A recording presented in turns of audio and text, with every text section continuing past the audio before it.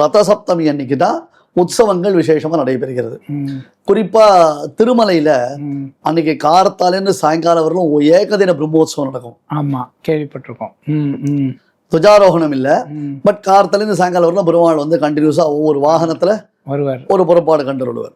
மற்ற க்ஷேத்திரங்கள்ல மற்ற ஊர்கள்ல எப்படி அப்படின்னு கேட்டா கார்த்தால சூரிய பிரப வாகனம், சாயங்காலம் சந்திர பிரப வாகனம், இப்படி ஒரு உற்சவமானது நடைபெறுகிறது.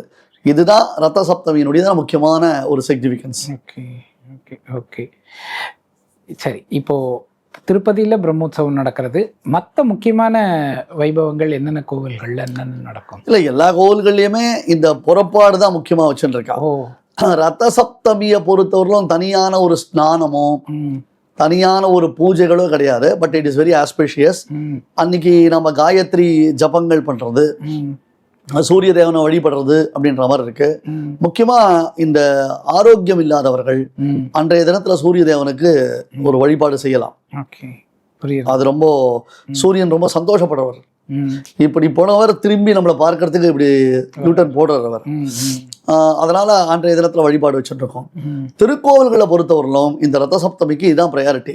திருமலையில மட்டும்தான் திருமலையை பேஸ் பண்ணி இப்ப நிறைய கோவில்கள் உற்சவங்கள் அந்த மாதிரி காலத்துல சாயங்காலம் வரலும் பண்ணிட்டா. பிரதானமான திவ்யதேசங்கள் திவ்ய கஷேத்திரங்கள்லாம் நாம எடுத்துட்டோம்னா காலத்தால சூரிய பிரபா புறப்பாடு, சுவாமி சூரிய பிரபா வாகனத்துல வீதி உலா வருவார். சாயங்காலம் சந்திர பிரபா வாகனத்துல வீதி உலா வருவார்.